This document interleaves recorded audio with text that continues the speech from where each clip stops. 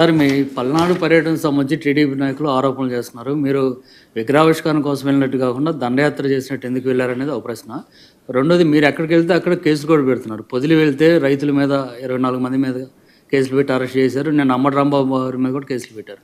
Even ఆ తండ్రి మీద కూడా కేసు పెట్టారు సార్. విగ్రహావిష్కరణ ఇప్పుడు నాగమల్లేశ్వర తండ్రి పైన కేసు పెట్టారు, అక్కడ ఉన్న వైఎస్ఆర్సీపీ కోఆర్డినేటర్ పైన కేసు పెట్టారు. ఈరోజు ఆశ్చర్యం కలిగించే విషయము, ఆయన మా పార్టీకి సంబంధించిన ఉప సర్పంచ్. మా పార్టీకి సంబంధించిన ఉప సర్పంచ్ చనిపోయినాడు. పోలీసుల హరాస్మెంట్కు లోనై చనిపోయిన నేపథ్యంలో ఆ ఉప సర్పంచ్ తండ్రి ప్రైవేట్ కంప్లైంట్ కూడా లాంచ్ చేసినాడు. కోర్టు నుంచి కూడా ఉత్తర్వులు తీసుకొచ్చినా కూడా ఆ సిఐ రాజేష్ అనే వ్యక్తి మీద ప్రైవేట్ కంప్లైంట్ లాంచ్ చేసి కోర్టు నుంచి ఉత్తర్వులు తీసుకొచ్చినా కూడా ఇంకా కేసు కట్టలా. అలాంటి ఆయన బాధలో భాగస్వామిని అవుతూ నేను మా పార్టీకి సంబంధించిన మా వాళ్ళ ఇంటికి నేను పోవడం తప్ప అని అడుగుతా ఉన్నా. ఆయన విగ్రహం పెట్టింది ఆయన కొడుకు విగ్రహం, అది పెట్టుకున్నది ఆయన సొంత స్థలంలో, అది ఆయన ఇంటి పక్కన, అది ఆయన ఇష్టము.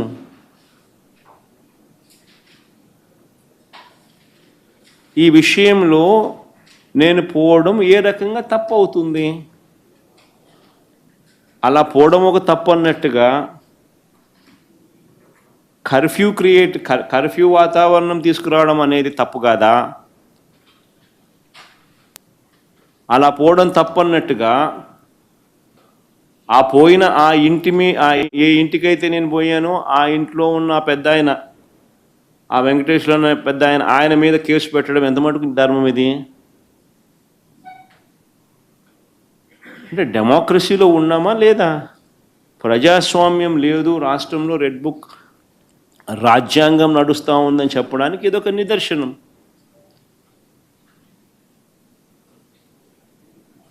ఇంతకన్నా ఘోరమైన అన్యాయమైన రాజకీయ పరిస్థితులు బహుశా ఎక్కడ ఉండవు, ఒక మన రాష్ట్రంలో మాత్రమే ఉంటాయి. సార్, రాష్ట్రంలో వివిధ అంశాలకు సంబంధించి మీరు పర్యటనలు చేస్తూ ఉన్నారు. అయితే మీ పరామర్శలు కానీ మీ యాత్రలు కానీ ఇవన్నిటిని కూడా law and order situation create చేస్తూ ఉన్నాయి, శాంతి భద్రతలకు విఘాతం కలిగిస్తున్నాయని అటు ప్రభుత్వానికి సంబంధించినటువంటి ప్రతి వాళ్ళు మాట్లాడుతున్నటువంటి పరిస్థితి సార్. లా అండ్ ఆర్డర్ సమస్యలు ఎవరు క్రియేట్ చేస్తున్నారు స్వామి? నేను పోతాను, కలుస్తాను, వస్తాను, వీళ్ళకేం సంబంధము? రైతుల దగ్గరికి పోయినాను, రైతులను కలిసినాను, రైతు సమస్యను లేవనెత్తినాను, ప్రెస్లో అడ్రస్ చేసినాను, రైతు సమస్యలనే లేవనెత్తినాను, రైతు సమస్యలే చెప్పినాను. ఎవరికి ఏం తప్పు జరిగింది? ప్రతిపక్షంలో ఉన్న ప్రతిపక్ష నాయకుడిగా నేను చేయాల్సిన ధర్మం నేను చేసినాం. నా ప్రోగ్రాంను అడ్డుకునింది మీరు. ఎందుకు అడ్డుకున్నారు? నా ప్రోగ్రాంకి ఎంతమంది వస్తే నీకేం బాధ? నీ ప్రోగ్రాంకి రాలేదని నీకెందుకు అంత బాధ? నీ మొహం చూడడానికి ఎవరు రావడం లేదు ఎందుకనంటే నువ్వు చేసిన పన్నట్టుండయి. నువ్వు అందరినీ అబద్ధాలు చెప్పి అందరినీ మోసం చేసి నువ్వు అందరి ఉసురు నువ్వు పోసుకుంటా ఉండవు. కానీ మా ప్రభుత్వంలో మేము చెప్పిన మాటనే పెట్టుకున్నాం, అందరికీ మంచి చేసినాం. కాబట్టి ప్రతి ఒక్కరిలో కూడా ప్రేమ మా పార్టీ మీద, మా మీద ప్రేమ ఎక్కువైంది. ప్రేమ ఎక్కువైనప్పుడు వాళ్ళు వస్తే తప్పే ఉంది. వాళ్ళు వచ్చినందువల్ల నీకేం బాధ? నువ్వేమైనా వాళ్ళకైనా భోజనం పెడతానావా? నువ్వేమైనా వాళ్ళని ఏమైనా చూసుకుంటున్నావా? నీకేం బాధ? మా పార్టీ వాళ్ళు, లేకపోతే నన్ను అభిమానించేవాళ్ళు, నన్ను ప్రేమించేవాళ్ళు, లేకపోతే ప్రజలతో పాటు నేను మమేకం అవుతున్నాను, వాళ్ళకు లేని బాధ నాకు లేని బాధ నీకెందుకు బాధ?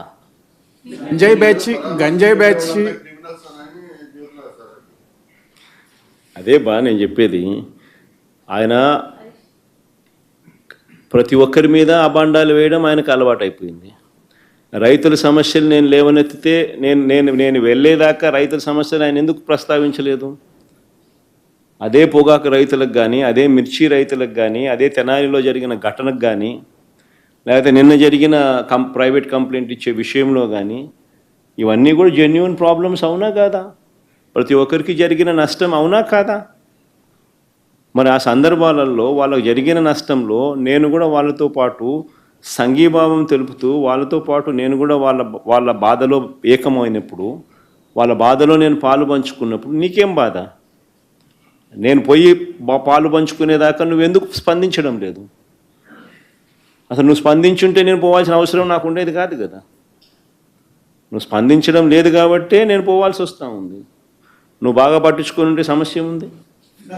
సార్ నిన్న మీ మీటింగ్లో చాలా మంది ఫ్యాన్స్ అవ్వచ్చు, పార్టీ మెంబర్స్ అవ్వచ్చు, చాలా పోస్టర్స్ పెట్టుకొని అదే నరికేస్తాము, చెప్పేస్తాము, మేము వస్తాయని డైలాగ్ చెప్పు ఒకసారి, మళ్ళీ ఏమన్నాడు? మళ్ళా చెప్పు. పూర్తి డైలాగ్ చెప్పాలా? పూర్తి డైలాగ్ చెప్పదు ఏంది? మళ్ళీ చెప్పు, కొంచెం మైక్ తీసుకొని చెప్పు, బాగా వినపడుతుంది నాకు. ఏం జాతరలో? మళ్ళీ చెప్పు. గంగమ్మ జాతరలో పొట్టేళ్ళ తలకాయలు కోసినట్టు రప్ప రప్ప రప్ప రప్ప ఏంది? రపా రప రపా రప నరికేస్తాం. అదే ఒక పోస్టరా? అదే సినిమా డైలాగ్ అనుకుంటా స్వామి. యా cinema dialogue? Pushpa 2 sir. Pushpa cinema dialogue అది. మరి నువ్వే చెప్తున్నావు స్వామి. అంటే ఇప్పుడు పుష్ప సినిమా డైలాగులు పెట్టినా కూడా తప్పేనా? అసలు డెమోక్రసీలో ఉన్నామా, డెమోక్రసీలో లేమా స్వామి మనం? ఇది నాకు అర్థం కాదన్నా. అంటే పుష్ప సినిమా డైలాగులు పెట్టినా తప్పే, పుష్ప ఫోటోలు పెట్టినా తప్పే, గడ్డ మిట్టనే తప్పే, గడ్డ మిట్టన్నా తప్పే. ఏంది స్వామి ఇది? ఏ ప్రపంచంలో ఉన్నాము? ఇదంతా డెమోక్రసీలో ఉన్నామా, డెమోక్రసీలో లేమా? సార్ ఆ పోస్టర్ పట్టుకున్న అతను కూడా టీడీపీ కుర్రాడు సార్. అంతకుముందు టీడీపీ నాయకుడితో కలిసి దిగిన ఫోటోలు కూడా బయటకు వచ్చాయి. అతను టీడీపీ కార్యకర్త, టీడీపీ సంబంధించిన మెంబర్షిప్ కార్డు కూడా ఉంది అతని. కానీ అతను మీ పార్టీ సంబంధించిన వ్యక్తిగా ఆ మనిషికి టీడీపీతో ఇంత ముందు గతంలో తిరిగిన ఫోటోలు కూడా ఉన్నాయా? మెంబర్షిప్ కూడా ఉంది సార్. మెంబర్షిప్ కూడా ఉంది సార్. ఆ టీడీపీ సభ్యుడు కూడా మెంబర్షిప్ కూడా ఉన్నాడా? అంటే దాని అర్థం వీళ్ళే పెట్టించినారా? పెదకూరపాడు నియోజకవర్గం సార్. ఓ టీడీపీ సభ్యత్వం కూడా ఉందా మరి? మనది బాగా చూడండి అబ్బా. అయితే సభ్యత్వం కూడా ఉందంట. మళ్ళీ ఏదైతే నేమలే పాపం లేపో, మనం అయినా కానీ ఏదో మారినాడు అనుకుందాంలే, సంతోషపడదాం. సార్ ఇందాక మీరు ఒక జీవో ఎక్స్ప్లెయిన్ చేశారు.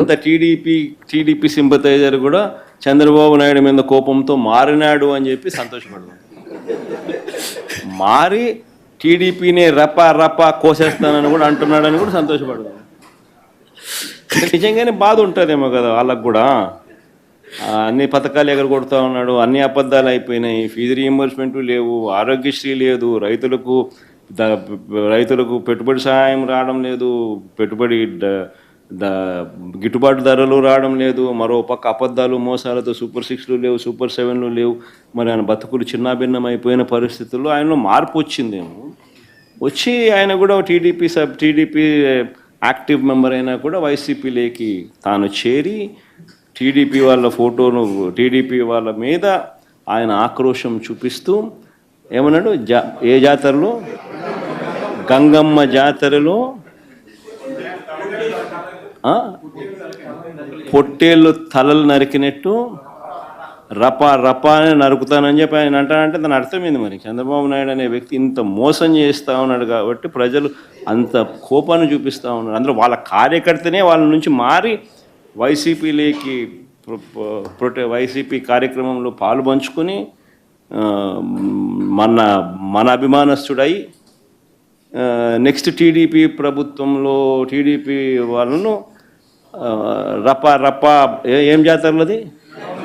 గంగమ్మ జాతరలో ఏం పొట్టేలు తల నరికినట్ట రపా నరుకుతాను. మంచిది కదా సార్. ఇప్పుడు ఒక నిమిషం సార్, ఇక్కడ సార్ హియర్ సార్ సమస్యలో ఇందాక మీరు ఒక జీవో ఎక్స్ప్లెయిన్ చేసి మైన్స్ని 436 ఫిగర్ అన్ని మైన్స్ని పెట్టి 1,91,000 కోట్ల రూపాయలు మార్టిగేజ్ చేసి లోన్ తీసుకోవాలనేది ప్రపోజల్ పెట్టింది గవర్నమెంట్ అని ఎక్స్ప్లెయిన్ చేశారు. అయితే ఎప్పటిలోగా తీసుకోవడానికి ఈ ప్రపోజల్? ఎట్ ఏ టైమా లేకపోతే అది can you elaborate it sir? So GO number 69. So GO number 69 gives them the charge. The government is giving APMTC the charge. Government is giving the right to APMTC through that GO. And through that GO, having that right, now APMTC has given that right to private people. వాళ్ళు తీసుకున్నారు కదా మొన్న 3,489 కోట్లు తీసుకొచ్చినారు కదా స్వామి. ఆ 3,049 కోట్ల రూపాయలు గవర్నమెంట్ గన వాళ్ళకి గన గవర్నమెంట్ కాదు, APMDC is not government. APMDC is not secured loan, it's unsecured loan.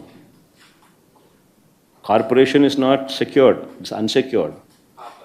ఆ అన్సెక్యూర్డ్ లోన్కు government is giving guarantee in the form of two forms of guarantee. One, it is giving in the form of నీ consolidated fund మీద right ఇస్తూ ఒక kind of guarantee ఇస్తున్నారు. రెండో kind of guarantee 439 మైన్స్కి సంబంధించిన rights వీళ్ళకి తాకట్టు పెడతా ఉన్నారు. సో బోత్ దీస్ గ్యారంటీస్ ఏపీఎండిసికి ఆ రైట్ ఇస్తూ గవర్నమెంట్ ఇచ్చిన GO. And these people have given that right to them. Who will benefit from this? The private players you're talking about? Yeah. No, whomsoever is the lender.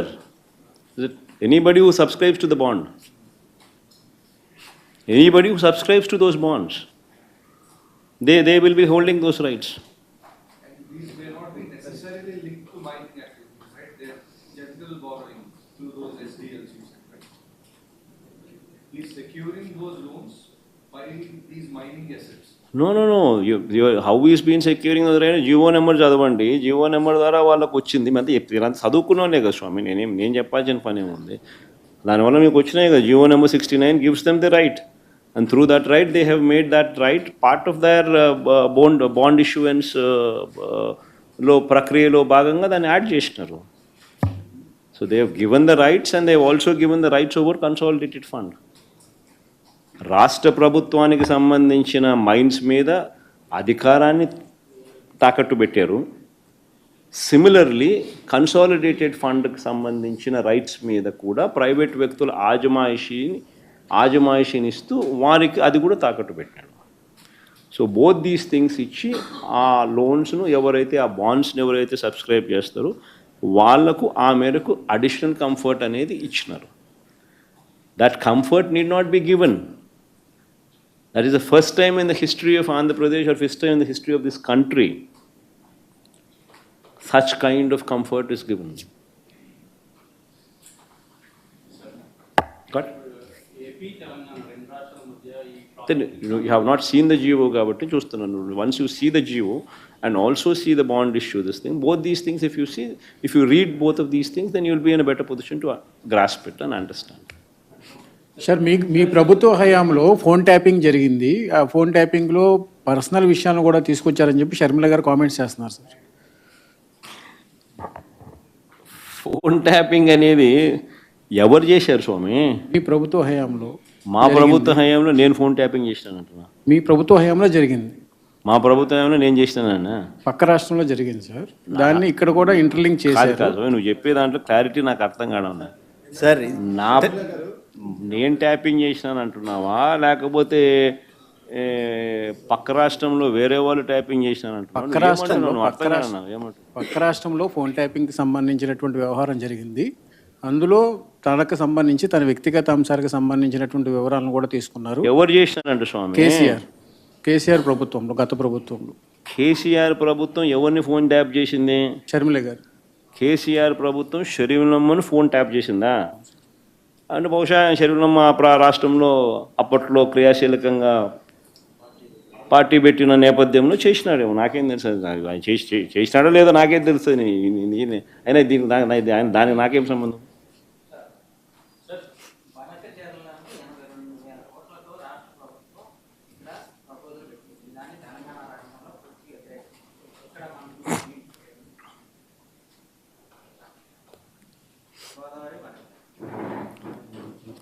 Basically Godavari Banakacherla project అనేది ఏదైతే ఉందో ఇవన్నీ కూడా how it should be done అనేది most important thing. When it should be done అనేది another important thing.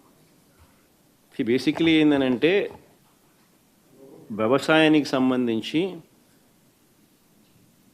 Srisailam నుంచి నీళ్లు పైకి నాగార్జున సాగర్కు పంపించాల్సిన అవసరం లేకపోతే రాయలసీమ ప్రాంతం మొత్తం శ్రీశైలం నీళ్లు వాడుకోగలిగే స్వేచ్ఛ రాయలసీమకు ఉంటే అప్పుడు ఇంకా నీళ్లు పైకి పంపించాల్సిన అవసరం లేదు. ఆ నీళ్లు రాయలసీమ వాడుకునే పూర్తి పరిస్థితి వస్తుంది. కానీ శ్రీశైలం